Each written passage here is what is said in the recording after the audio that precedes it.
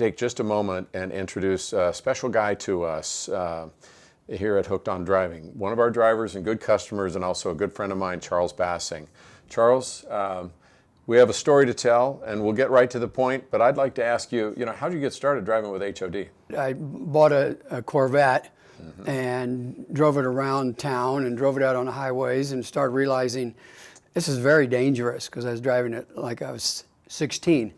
And ran into somebody that said, I belong to the North California Corvette Club. Come, I checked them out, and somebody at the club had said, oh my God, we go to the racetrack. And it was Thunder Hill, and this is back in September 2008. And excuse the pun, but I was hooked from the first track day. I went the next month, the next month, the next month. I think I did about 20 track days in 20 months. So folks that are watching the video right now might be having a conniption fit if they're Corvette fans because you have a Mustang shirt on. I bought the Mustang. I got an opportunity to get that car, and it had the cage in it, and the cage to me represents just being responsible. Responsible myself and my family. Yep, and it's obviously a track-only car now. You're bringing it in with a trailer. That happens a lot with our advanced drivers. Yeah. It makes sense. Good stuff. Yeah. So we have with HOD, and I know you've participated, we have a fundraiser event every year called Derric's Day in honor of a gentleman named Derric Desmarteau, a medical professional who we lost several years ago to prostate cancer. And one day he was one of our favorite guys, driving a Mini first and then a Porsche.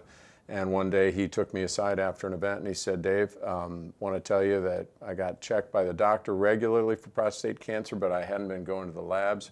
And I've got stage 4 prostate cancer. It's probably terminal. And we lost him over the next 6 months. So for 6 years, we're going into the 7th year doing Derric's Day to raise money for research and for awareness for prostate cancer. And that's many reasons why you're here. Charles, how did you encounter Derric's Day? Did you start participating with that event? Well, I'd already been attending Hooked on Driving events, and then it was just it was a fundraiser, and there was things that I thought, well, that'd be fun to bid on, and it was when I was going to events almost every month. So I just came up and listened to people talk. I think actually his sister and some of their family came and expressed their appreciation for what you were doing and creating an awareness and also raising funds for, I think it was National Prostate Cancer Foundation. Yeah. Yep. And I don't think that I actually got the message at that event. I think I still had not gotten a PSA.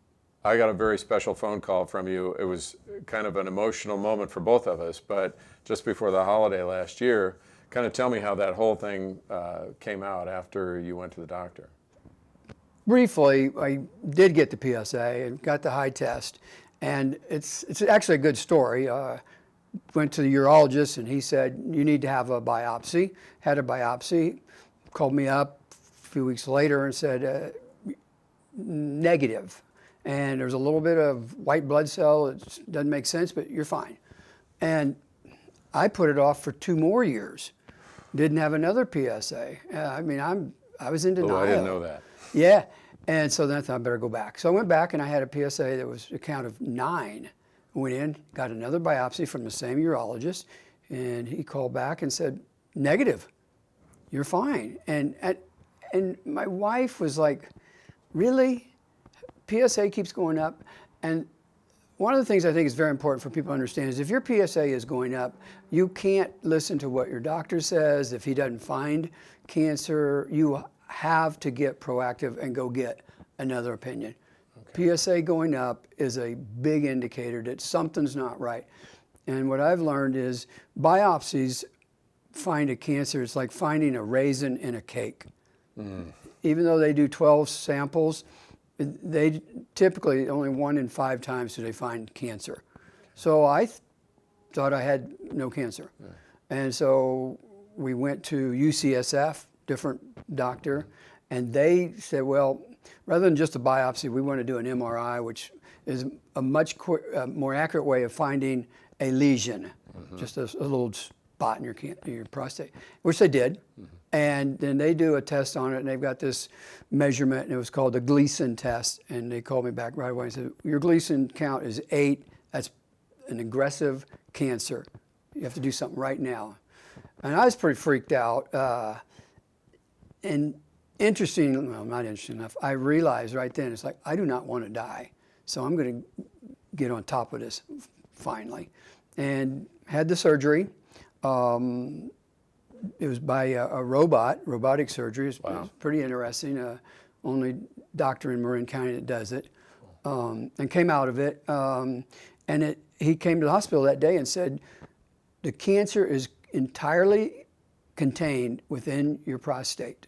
We did a examination of the prostate after the surgery, and the cancer is not outside of it, so you're in pretty good shape. That's huge. Yes.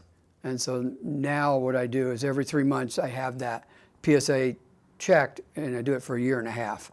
And if a year and a half goes by and they do not detect any PSA in my blood, I'm probably going to be cancer-free. Awesome. Yeah, so I've gone 8 months now. I have a test next month. Got my fingers crossed. It's a little nerve-wracking the day of the go in there. I don't want a bad report, but you know. Yeah, and I have to thank you. Right around the holiday last year, you gave me a call just out of nowhere and thanked, HOD for the involvement with Derric's Day and with PCF. And the kind of the summary statement you made to me is, it looks like I'm going to be able to live. Yeah, absolutely. I was glad to be able to call you and give you the positive.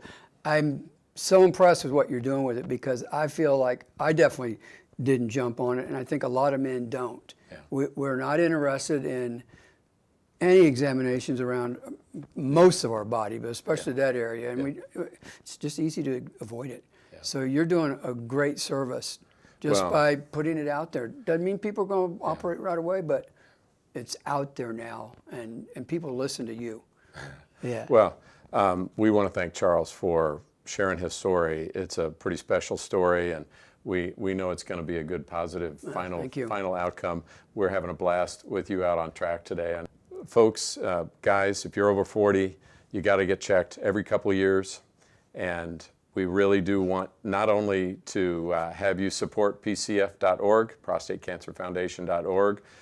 It's one of those organizations also working on research as well as knowledge and information. This is a cancer that guys do not need to die from. Mm-hmm. If you're on it and you pay attention, it's preventable. You can catch it in time, and we can cure. And so, guys, if you're over 40, get checked at the doctor and at the lab. And thanks for listening to this story. Charles Bassing. Thank you.